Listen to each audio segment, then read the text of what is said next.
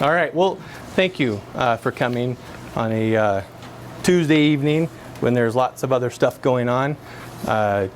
So it's a great opportunity for us to have a community conversation. For those of you who I haven't met, I'm David Jones. I was elected in November of 2015 and have been actively serving the community for many more years than that, but certainly have appreciated the time to serve our community in this capacity. There's so much to learn and so much to know and so many moving parts to a city.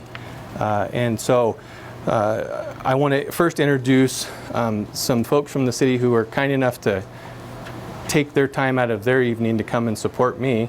But Mark Devon is our city manager. He is the CEO of the city. He reports directly to council. He's one of our 3 appointees. We also appoint the municipal judge and the city attorney. And so thank you, Mark, for being here. And then his deputy, Lori Gillis, is also here. Thank you, Lori, for supporting Mark. That's right. You need to probably thank her like 3 or 4 times. That's right. Well, we will make sure to do that.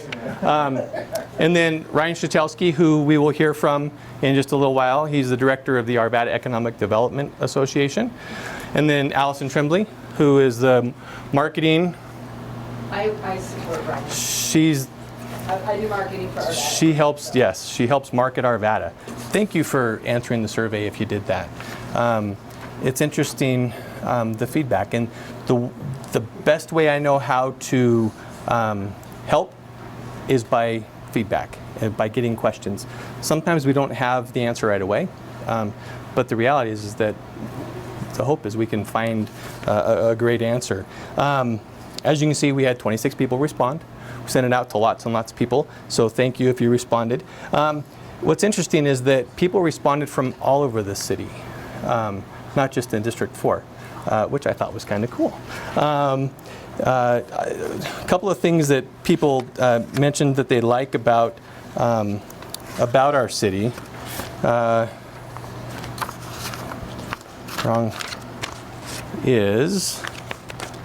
This is the survey results, obviously.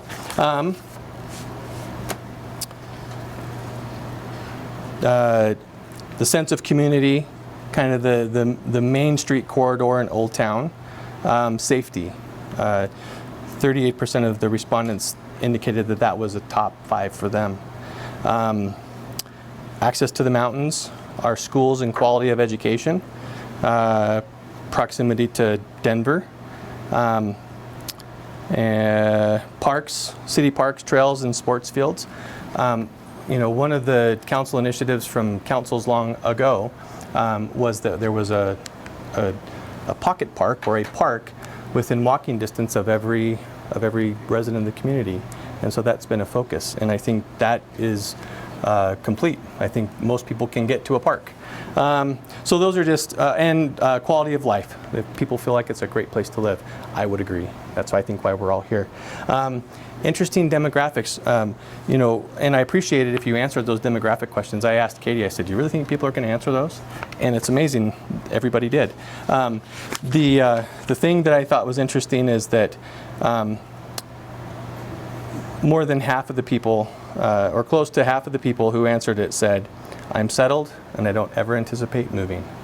And I think that's a kind of a testament to the city that we live in. So we want to hear from Ryan. We want to hear kind of what Arvada Economic Development's all about. I've got pages of questions that people sent as part of their survey. And so we're going to hopefully hit as many of these topics as we possibly can, but I also want to make sure that if there's questions that you have, that we answer those very specifically. My name is Ryan Stachelski. I've been with the city for about 7.5 years. And I haven't always been I was the deputy director for about 3.5 years, and then I was promoted to the director of economic development. About 3.5 years ago, I used to work under a woman named Hazel Hartbarger, who has a wonderful reputation as an economic developer. in the state of Colorado. I'm going to hit a couple of hot button topics that Katie pulled from the survey so that we make sure we get those. But I'm also going to describe in general our philosophy, if you will, of economic development in the city and kind of how it works. It is somewhat unique, and so because of that, I just want everybody to kind of be aware of why it's special and why we think that this model of economic development is right for the city of Arvada. So not only do I have the pleasure of working for City Council and the City Manager, but I also report to a private sector board made up of business owners and employees of Arvada businesses. There's 17 businesses that are part of the board, and the reason why we do that is because we really want to hear directly from the business community and get the pulse of how they think that we should be supporting that business. It's fine that I work for the city and I have connections within the city, but I'm not a business owner and I don't necessarily know all the pains and tribulations that they go through as a business owner. By having outreach to a private sector board that can give me more details about what it actually means to own a business, what it means to go through a development process, what it means to hire employees, to do all those types of things, it gives us a great deal of information that helps us cater our programs to supporting the business community in a lot more meaningful way.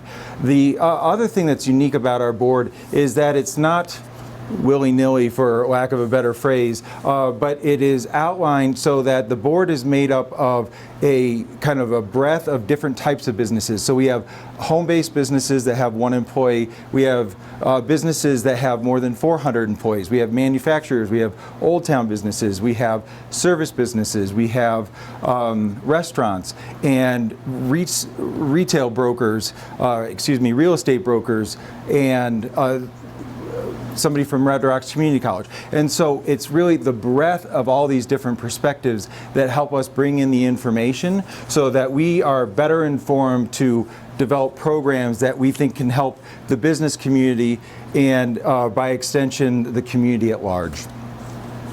A little bit about AEDA. So Arvada Economic Development Association, we call it AEDA. If I refer to that, that's what I mean.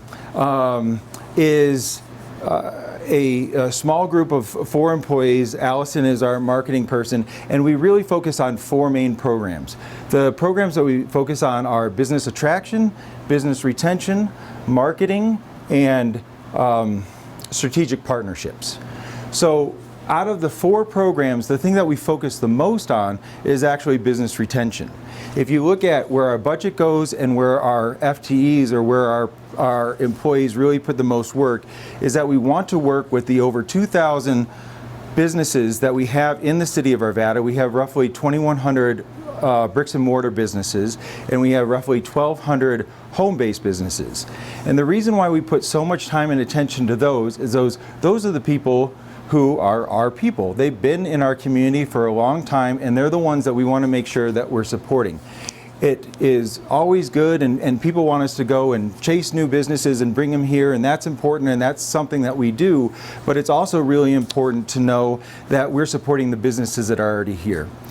A statistic that I like to say is that, not just that I like to say it, but it's true, a statistic that comes from the International Economic Development Council is that 60 to 80% of new jobs come from businesses that already exist. So you can go and try and find some large company, a manufacturer or something else that has 100 people here and bring them into Arvada, and that'd be great, and we'd love to have them. But we can also spend all that time and attention working with the businesses in that community and help them all just employ one more business. And we've got 2,100 businesses here. If they all grew one, if you attracted a 2,100 person business, that's kind of unheard of. Our largest business in Arvada is Sundyne. It has about 425 employees, just as a frame of reference. There are other businesses like King Super that if you added up all of their employees, they would have 1,000 or so employees, but each King Supers has about 200.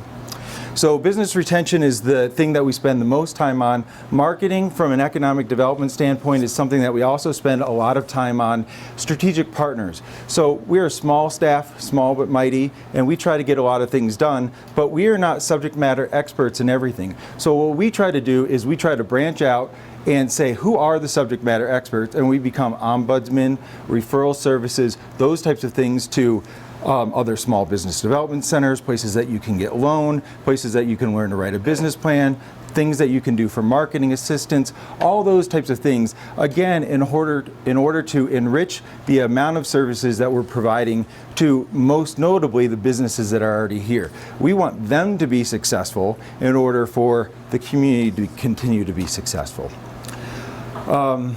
The last thing that we really do is we do promote and we try to attract businesses here. Now, the notion of trying to attract a business is never as simple as saying, hey business, we'd really like you to come to Arvada, it would be great, and I've got this perfect location, and they say, aha, I'd really like to be here, and we go there. The philosophy behind business attraction has way more to do with all the things that the rest of the city does, and we kind of are the cleanup hitter. So the notion is that if we don't have great police, if we don't have great roads, if we don't have great parks, if we don't have great organizational effectiveness in order to run a city in an effective and appropriate way in order to create quality of life, which you've all mentioned is one of the main reasons why you live here, then I don't have anything to market to those businesses. The businesses, in a way, chase success. They chase a market that is made up of people that are their people, the ones that want to support them because of the community that they're in. And a community, as you all know, is made up of so many of these different parts and pieces that need to be successful. So we spend a lot of our time not just trying to attract businesses here, but also working with the rest of the city in order to make it as successful as possible so that we have those stories to tell to the business community, to the brokerage community, and to the end users about why they would want to make a decision. Businesses are making investments, and they're taking their money and they're choosing what is the lowest amount of risk for the highest amount of return, and where can I go in order to do that. So, excuse me, let me just get a sip. Where can I go to do that? We have lots of great opportunities in the city of Arvada, and so through our marketing efforts, one of the things that we do is we stay in front of shopping center owners and real estate brokers.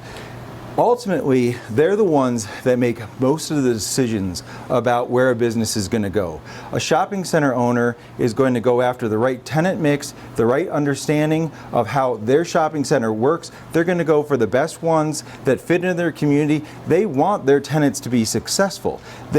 Because they want them to pay rent, and they want them to pay as much rent as they can, but they're only going to be able to do that if those businesses that they place in there are successful. So they're trying to match up the ideas of the community with their market, and then the realities of some of the real estate that they have to offer in order to make their best decisions. So when we're trying to motivate end users to come into the city, we also try to talk to the shopping center owners and say, what can we do in order to assist you in order to create a better opportunity? An example of where this came to fruition was at the Arvada marketplace where Sam's Club is located. There were a lot of businesses that were underutilized in that shopping center, and we were able to work with the shopping center owner, and we were able to encourage them and motivate them to revamp actually taking space away from that shopping center in order to revitalize it in a way that brought in a new level of tenants, and that has been successful. An area that we were not as successful in is at the Westwood Shopping Center where the Walmart was formerly located. When Walmart chose to leave that location, they did it somewhat abruptly, but just because they didn't tell me doesn't mean it was abruptly. Maybe they knew they were going to do it for a while. But they made the decision to leave. They felt that it wasn't the right market for them and that they weren't successful there. So they had a property there that they were marketing through a real estate broker that we were in touch with in order to backfill the space and put something else there. Unbeknownst to even the broker who was working on the project, people at the Storyline Church knew people in Bentonville, Arkansas, where Walmart is based out of, and was able to contact them directly to their corporate headquarters. And so the deal that was made to allow Storyline to go in there was made directly with the corporate people through a connection that they had automatically. And when the news kind of hit that the church was going to go in there, it was also news to the broker, which is unfortunate because I think that he had some other things that were lined up. So I know that that was one of the hot button topics that I just wanted to people aware that a church is a valuable member of our community, and I would never disparage any church or religious institution in any way. There are places that they are allowed to go, and in fact in the Arvada City Code they're labeled as places of assembly, and they're allowed in all zone districts. So when they chose to purchase that property and come into that area, it was something that is a use by right, and they were allowed to move in. I think they're in the process of getting a building permit now, and they certainly have the right to carry out their business there, and that's the way it'll move forward. Does it hurt the rest of the shopping center? Time will tell. We have seen shopping centers which have churches associated with them be successful. I think that the church at 64th and Ward makes the shopping centers around them really successful in meaningful ways. But then there are other places that churches that are in shopping center where it's not as successful. So I think the robustness of that area and the need for services and the limited amount of real estate in that area is hopefully going to continue to carry that shopping center forward so that they'll continue to maintain good shops in there in addition to the church. And so, you know, that's more or less all I have to say on that, but we're able to take questions at the appropriate time. Did you have a question? Well, from my transit standpoint, I've heard that on a global scale, transit attracts people.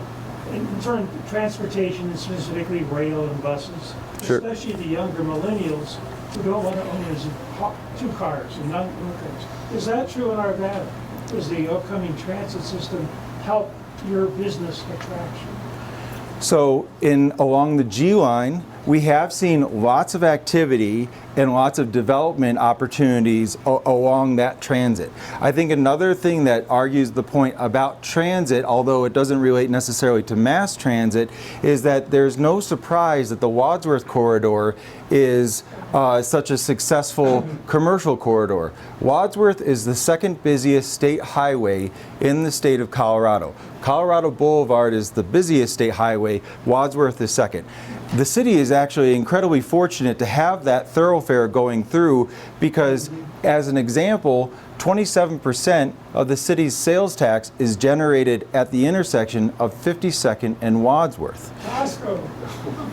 That's only one section of the intersection, but it's a very powerful intersection, and you say, that's great for the city, but that's also one of the places where we have the most traffic congestion and those types of things. So the two of them are aligned from a car standpoint. We also have, from a transit-oriented development perspective, we are getting lots of development and seeing those projects, particularly in Old Town, but the Kipling Ridge Station, where Red Rocks Community College is located, is seeing a lot of housing going in that area, some projects going forward. And then we continue to look at what the Sheridan Station will look like in the future. But right now, it's more of an employment industrial center. I live by Kipling Ridge, so I see it every day. Good for you.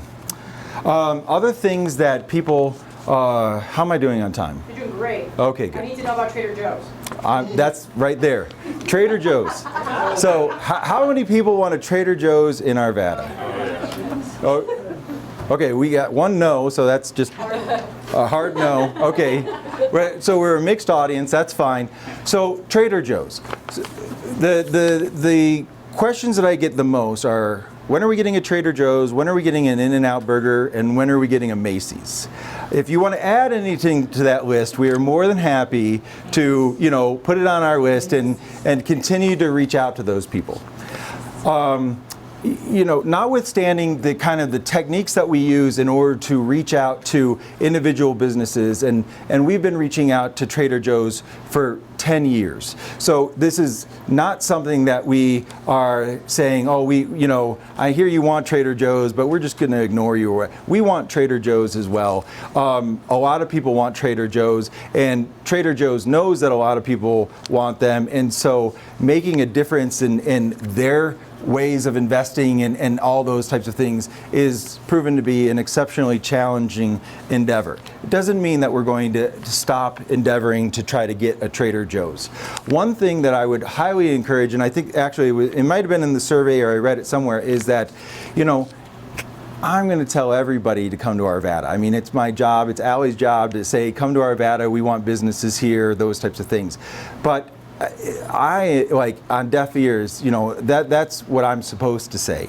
I do it because I want to, but I want those things to be here. What would be far more compelling to a store like Trader Joe's is a grassroots effort of going to their website every single day for 60 days with 1,000 people saying, when are you coming to Arvada? That will get you noticed. Right? So, I don't know what to encourage you on Nextdoor or other forums, but to really kind of take it to the grassroots level and use the power of social media, use the power of community, and really try to say, listen, we're different, we're special, we know that the city wants to work with you, we want you to put us higher up on that list. Where do you want them located? Well, so it's certainly not up to me. I'm sure that there be 10 different opinions on it here. The reality of the situation is understanding where they can be located is their understanding of where they think they can be most successful. We've talked about them wanting to be along the Wadsworth corridor, not because it's the most meets all of their demographic needs, but it meets their population needs and the people kind of coming through. So we are trying to push them into that Arvada marketplace as one example. I know that in West Arvada, everybody is asking, we would love for them to be in West Arvada. I'm happy for them to go there too. We'd really like to just entertain the conversation to get an understanding of what would meet their needs in order to for them to be successful. Because what I certainly don't want to have happen is for them to come to Arvada and then not be successful. So From what I've seen, you have to find a place with very limited parking. Yes, you are right. So, fair enough.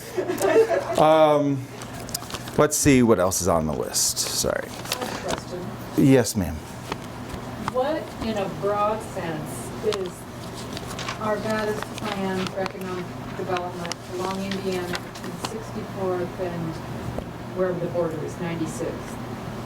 And Sure. a second part of that question, is there a community forum for community, if not business, but community to get involved in what they might like to see along that corridor? Yeah, because it seems like, it used to be a joke that 7-Elevens are on every corner, now it's storage units. Yeah.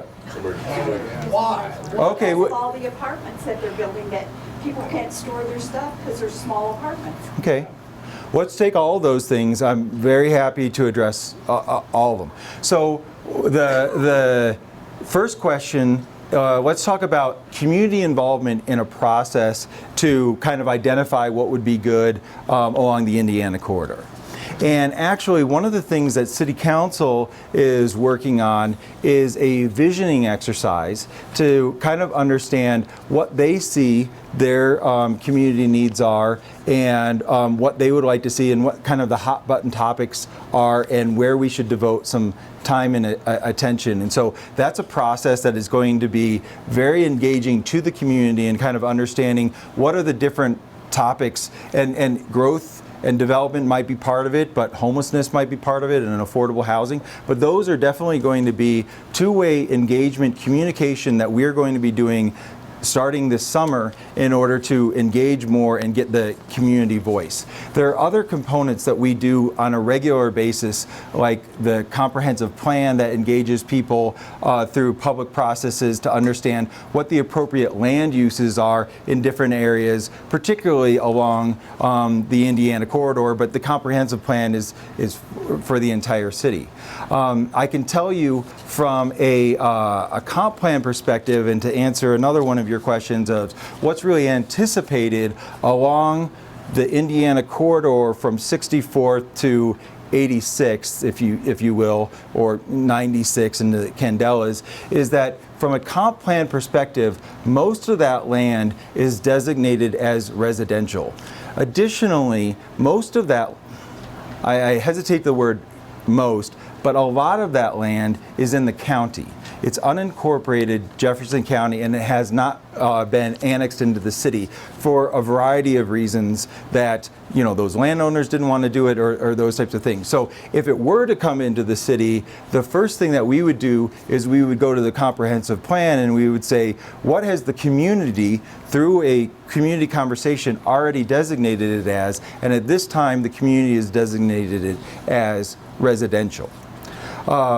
There is an exception to that, and the exception is the area that I affectionately called 66 in Indiana, but it's from Ralston Creek to the Silo, if you guys know where that is. I mean to 64th on the east side of the road. And that area has all been designated in the comprehensive plan as being commercial or industrial.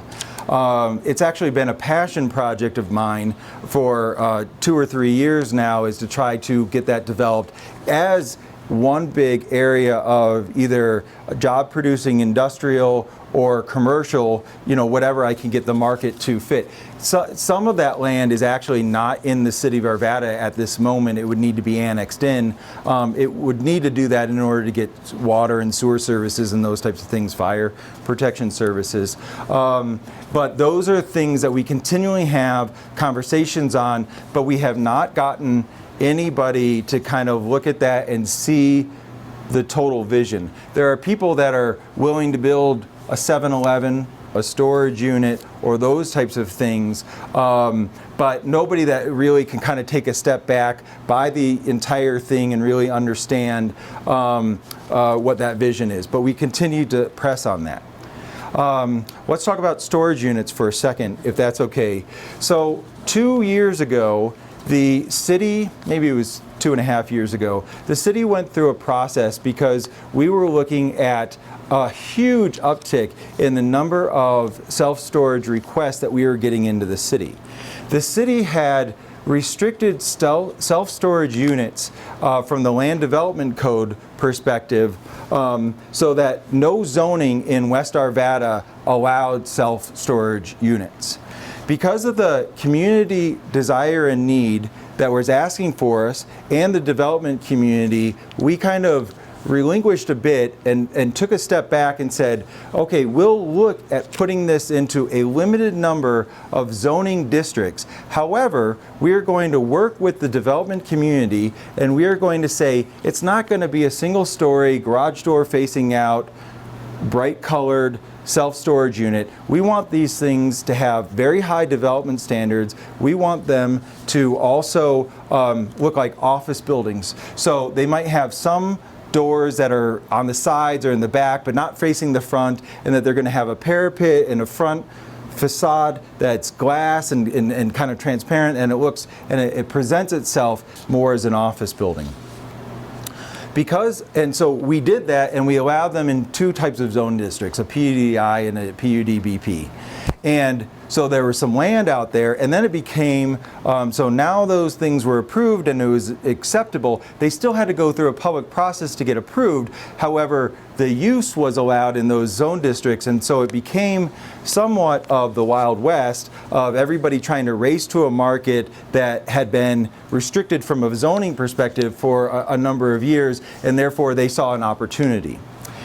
The opportunity was so great that we were seeing all these people kind of come in, and City Council, and I think correctly so, said, listen, we were okay with some self-storage coming in because we knew that there was a community need and we were trying to balance it with these higher development standards. But this has gone a little bit too fast, a little bit too quickly. So I think it was in March that City Council imposed a moratorium for 180 days to stop any new development of self-storage in order to further study the issue. Do we really need any more self-storage? Have we kind of caught up with it?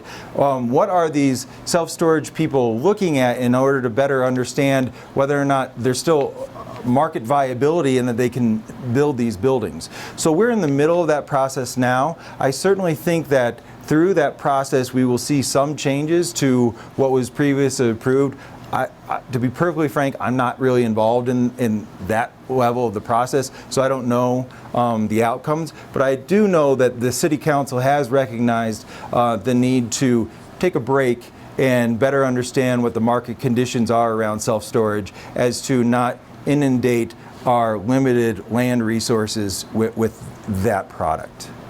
Did I hit all your questions? Well, I think if you could refine just some of it. You're Sure. saying the land, a majority of the land along the Indiana corridor is residential. Correct. For those pockets that are not residential, that are commercial BP or whatever, Yeah.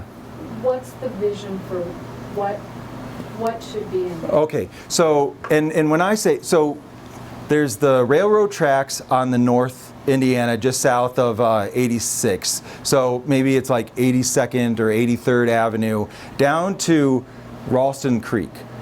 Everything within that band in our comp plan, and I'm doing this from memory, so I apologize if I get it a little bit wrong, but I'm pretty sure it's, I'm 95% sure it's all residential. I can't think of a pocket of commercial in between that. So that's The veterinarian.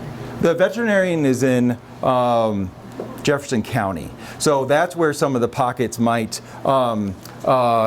mess me up, is that some of the things that might be there, that red building is in the county. But from a comp plan perspective, everything that we have in between there is residential. From Ralston Creek south to 64th, we have commercial. It's largely built out. The fire district is on the, there's the bus barn, there's the fleet maintenance facility that the city has, and then it's the other side that would be developed into commercial industrial.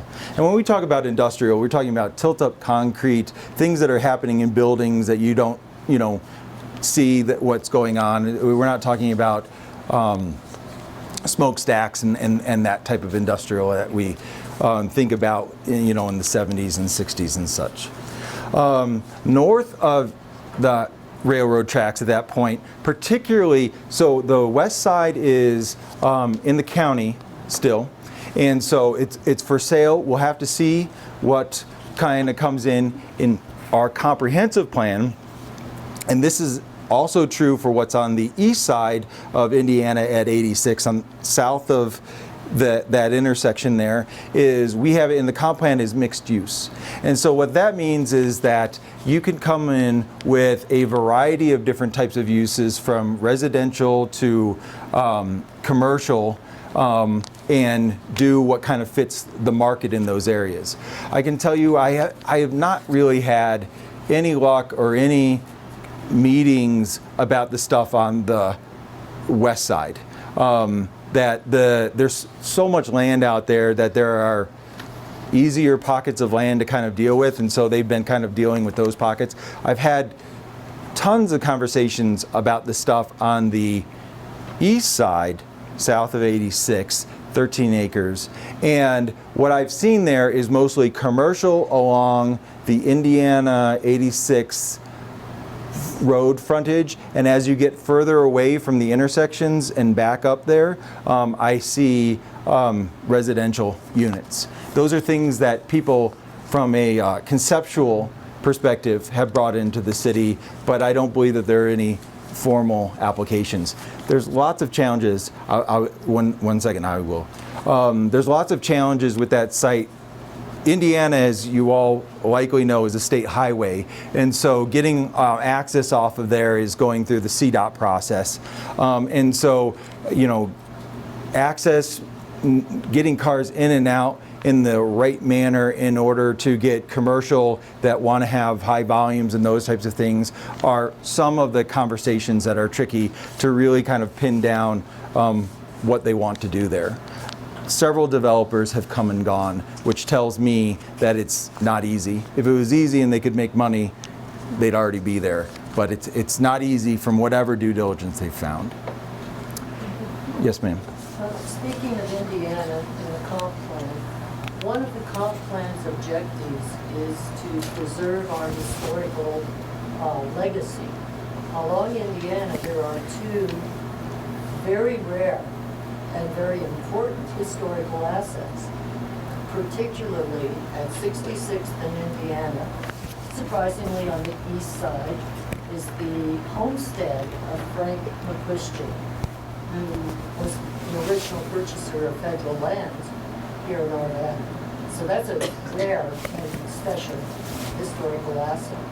And the other one is the Ralston Crossing Presbyterian Church, which I believe is now an event center near Ralston Creek. And that, there are many important historic figures in Arvada who made that happen. One being J.A. Newcomb, others being the Torrance Wright family. I'm sure the West family was involved with that in some form or another, not to mention Frank McCuistion. So how does preserving those historic assets fit into your plans? So, great questions. I'll be perfectly honest, I'm not 100% familiar with where those assets are. I can tell you that through the stringent and rigorous development review process, all of those things are considered, and I think that that would be the time where we would most notably try to make sure that we are being consistent with the goals of the comp plan, but in addition to all the other kind of notable goals there. So I certainly couldn't necessarily speak to the specific properties or those types of things, but I do agree with you that the comp plan certainly does indicate that preserving history is one of the goals that we should consider while developing in Arvada. Yes, ma'am. So on Indiana at 64th, that vacant property there, what's going on with that now? Are you talking about the property to the south? South and east. By the Sky Bridge property. Is it south and east of? It's south of 72nd. Oh, okay. Sorry, Yeah. Misspoke. Okay. 72nd and Indiana. Okay, so there's that is what we refer to as the West property. There's three brothers, the West brothers properties. There's three brothers. There's a riding stable in the center, and then there's two properties, one to the north and one to the south. The property to the north and the property to the south have both been sold to a residential developer, and they are planning on moving forward to be able to build residential. At this point in time, the stable and the feed store is staying. Also, though, you bring up a good point about that intersection. I believe that currently we are out to bid, and we will soon be starting construction of the improvements to that intersection at Indiana and 72nd Avenue. I believe it's going to be, I think they're hoping to be done by approximately the end of next year. Is that? Well, I think it's like June of this year to June of next year, right? Okay. June of 18 to June of 19. Okay, Perfect, thank you. So that will hopefully alleviate much of the pinch point that is at that intersection. It is a challenging intersection to improve because of the canal that borders it on the west side. And so that means a lot of the property in order to widen that is going to be needed to be purchased from property owners on the east in order to widen it. So some of that property is also going to be part of a new road system there in order to improve that intersection. Do you know what kind of residential is going to be built in the north and south of the B store? Apartments? It's not apartment. Single-family residential. Yeah, single. I think it's 5 Single-family DUs residential. per acre. What's that? 5 DUs per acre. 5 dwelling units per acre. Yeah, excuse me. I think that's right. It's the name of the development is Ralston Ridge. And it actually was before the city council, I think, last month, if I remember. Yeah. Any updates on any development up near Candelas? So King Soopers just opened, and that's fantastic. There are a handful of other businesses that are starting the development process within the King Sooper Center itself. They are haven't signed leases yet, so we'll still kind of wait to see where it ends up. I know that the retail stuff that's already built next to King Soopers, they're still coming in to get their tenant finish stuff. So I think that that'll be happening and opening up later in the year. And then some of the pad sites, I know that one of the pad sites just closed on Thursday, and that is something that they're going to be building over the next year or so to put some fast casual restaurants and those types of things in. There's some medical office buildings that's also going through the entitlement process. We call them MOBs, that are going to be across the street from Candelas, in the Candelas area on the west side. Across Indiana, there's 25 acres that's owned by Foothills Community Church, and then there's another 10 acres. Towards the back of it is where the fire district has said that they were going, and then also the Delta station, police station, is also going to go there. That is also going to break ground in June and hopefully be open approximately mid-year next year. Yeah. On the, I think it's 91st, across from Candelas to the east, there's an open area of 25 acres. Yeah. When I first went to, I'm going to see if that could be salvaged for open space, because if they, and I went and spoke with the open space department, they said they acknowledge that it's still open space, but it was zone commercial. And I'm just wondering, is there any way to help save that for open space, because of the unique kind of character of the area where there won't be much open space left after all the development comes in, and it could be kind of a unique area in that respect for that specific suburban environment. Just wondering. Yeah. The reality of the answer is it's not likely. It's owned by a church. I know that they are actively soliciting offers for development, and also balancing the priorities of open space dollars, and knowing that there are a lot of open space dollars that have been devoted to the Rocky Flats area, and having access to trails and those types of things in that area. It's more likely that they would rely on those types of things as being the open space amenities in the area, rather than those 25 acres in which we know that the property owner wants to have them available for sale. What about just maybe more dense, or maybe small apartment or condo complexes there, so it kind of continues the flavor of a residential area as opposed to, because we have a nice community right there, and it sounds like we're just going to get a bunch of development backing right into the neighborhood. Just wondering, maybe trade off and do something more in the condo apartment type. One of the challenges we have is that it's owned not by the city. But it's a zoning thing, isn't it? Yeah, well, it is a zoning thing, and we are going through the process right now of updating our comprehensive plan, land development code, sorry. Yeah. So it is a complicated issue, but again, the owner of that property is looking to make money. Right, but they don't I mean, once it sells, right? I mean, that's all they're interested in. So I'm just saying, we have an opportunity to maybe keep it more residential in nature than industrial or commercial. And I don't know that those kinds of things happen fast. And so if we were to go in and affect some kind of change to that end, it's possible that we don't get in front of it from the standpoint of there's a lot of process to make that change, and it may sell before we even have a chance to create any other kind of change. But we can make comments. And they're welcome, because actually this is probably not the time to have this discussion, but I do think that understanding the residential market and how that is continuing to move forward versus the commercial market, particularly in the Candelas area, but across the metro area. There's no secret that tons of people are moving here, that there's tons of residential growth, that lots of residential units are being purchased, and so we get questions and queries every day about opportunities to make more residential advancement. The challenge with residential advancement, particularly in that area, is related to water.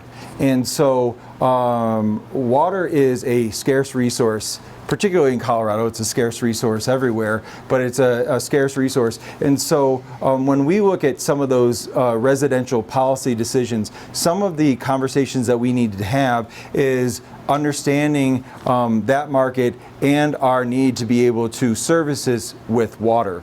We have the desire, and we are part of the expansion of the Gross Reservoir to allow us to continue to build out to the city to a residential maximum of about 145,000 people, but that is going to take the expansion of Gross Reservoir, and some of our water conversations and residential conversations are tied to that as being very complicated. I'll talk to you off the record. Okay. Because I have some ideas. Okay. So we're probably we're starting to get into some of the questions, which I think is awesome. Yeah. And so I don't know if you have a few things. Two more things, just so that everybody doesn't leave here. I wanted to ask that question. The urgent care that was finished in January is not open yet, not through any issues or problems. It's got a CO. The person who, the firm that is opening that has built 6 of them and wants to open them all at the same time. So they're just not ready with the other ones yet, and they're hiring all their doctors and nurses and practitioners or whatnot. It's Health One, it's an urgent care facility, and they plan to open it. There's no issue or problem. They're just not ready to open it. For once in the world, somebody did something early and was ready to go with it, as opposed to kind of a rush job at the end. So they're just, the building got ready before the personnel did. The other thing that was on the list is there is some land, and I can't remember who was asking, but there on 64th in Indiana, on the south side of the street, there are some fields that are behind some fences that are kind of like Sprouts is here, and then there's a building with a sky bridge, and then the property next to that. There might be a public notice sign on it now. I believe that was just annexed into the city. It was zoned P1, professional office building, and they're building an 8,000 square foot dental office. It's going to have, I think 5,000 is going to be a dental office, and then he wants to lease out some of the other spaces to other oral, dental, professionals. Thank you.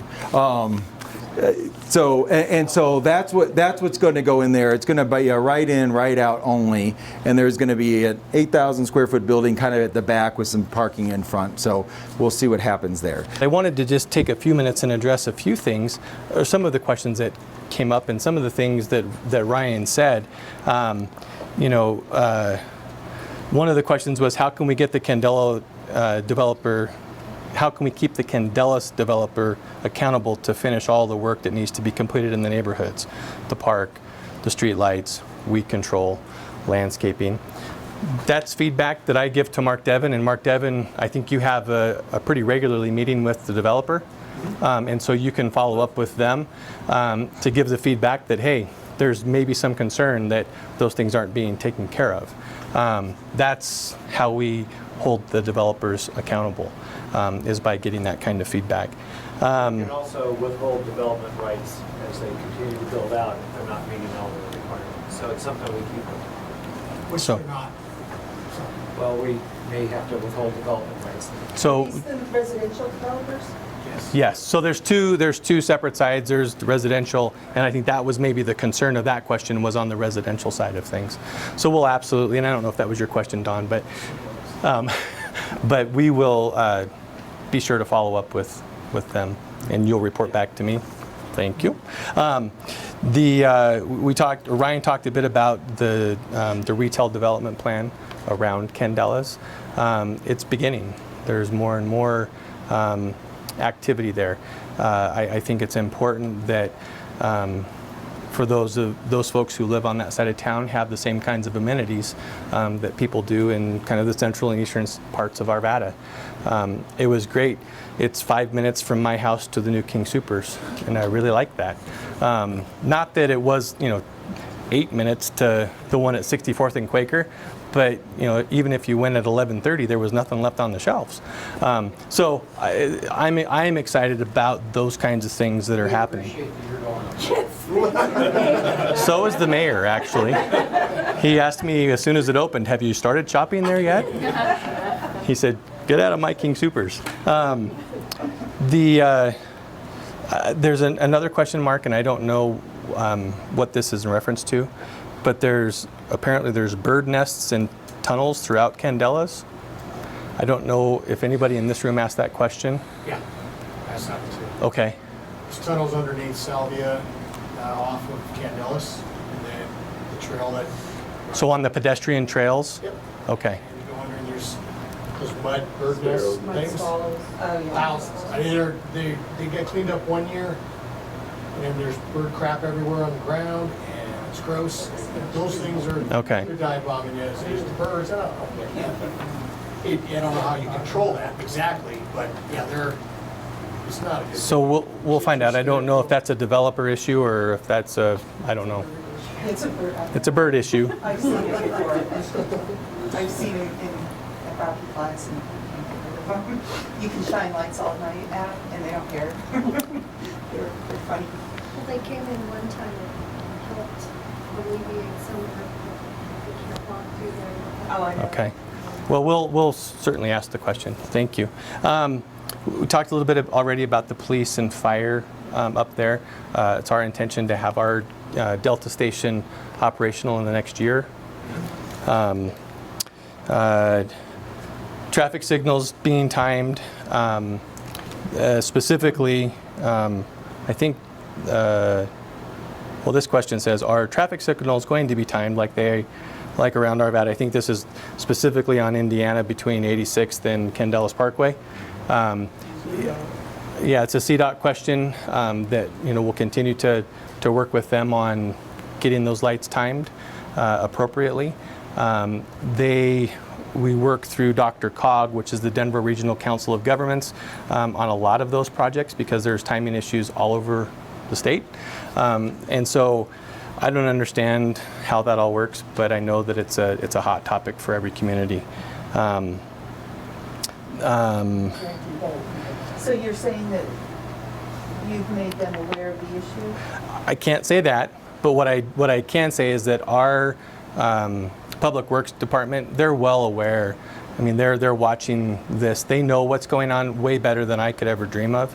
I don't know if they've had specific conversations with CDOT about those timing issues, but again, it's something that we can follow up on to see where are we in the process of getting those lights timed, because I've driven down there too, and you stop at each one, and they're important. Those lights that are there now, they're important for public safety. We want to make sure that people that are coming out of those neighborhoods can get out of the neighborhood safely. And quite honestly, when those neighborhoods were approved, as a part of their approval, the developer paid for that light to be put in when those neighborhoods hit a certain threshold of residents. And so it's a continuing conversation for sure. But again, I think our Public Works Department, they're they're pretty good about watching that kind of stuff. Too, and it's that Indiana needs to be a 4-lane highway with, access, so that it actually needs to be 5-lane. Yeah. So, No, I think that, regardless of Jefferson Yeah. Center Parkway, sorry, but I Yep. mean, Indiana's going to have to be widened. and I think I agree with you. The challenge is I don't think Indiana's on a very high level on CDOT's priority for getting fixed. It's not Indiana is not a road that the city of Arvada maintains. Can the city adopt it? No, we don't. Or you don't want it? No, it's not that we don't want to. It's just simply from a funding perspective. We want to make sure that we're taking care of the 1,500 lane miles. Yeah, that's it. So, but all of the improvements that have been done through there are all but for those developments, at least that little section wouldn't be, at least better. Is it frustrating that once you get past the new King Supers that it goes back down to 2-lane? Absolutely. But that's at that point, that's where we, it gets into something else that we don't have any control over. Our main focus in the millions of dollars that we have budgeted for road maintenance is making sure that our 1,500 lane miles are taken care of. It is not an easy task to make sure that gets done. And I was talking to Mark just last week, and one of the things that he implemented when he first came to the city, or one of the things that he had staff implement, was a pavement index condition. Up until that point, we would go out and we'd look at a piece of roadway and say, well, we think this one needs to be fixed. But now we actually have metrics to show us the health of these roads. And so we're very deliberate now on where we are going to make those improvements or maintenance needs. I don't know about you, but it's expensive to live on Arvada. And it's become, more and more expensive. My mom, right back there, the pretty lady with the silver hair, came here in 1968. No, we came here in 1963. And I'm guessing that the first house you bought was less than 15,500. Yeah. So things have changed. And we have a lot of people who live in our community, or who work in our community, who can't afford to live in our community today. It's a challenge. It's not just an Arvada challenge. It's statewide. It's probably countrywide. And I know that there are several who are very passionate about this. And Julia. Hi. I'm Julia Morrison. I've lived in Arvada my entire life. I'm very passionate about affordable housing. As we are standing in a building where none of the adults that work in this building can actually afford to live in this community without spousal help. I can only live in the town I grew up in with the financial help of my parents. And many of the people I went to school with, they didn't have that kind of privilege, and so they no longer live here. The community that I love isn't my community anymore because they've had to move. And so I'm very, very passionate about this issue, and I'm come here to request help from any of you. We need strong advocacy from the community so that when organizations want to develop lower income housing for the people who are going to work at your new consumers, for the people who are going to work at the schools, for the people who actually police officers.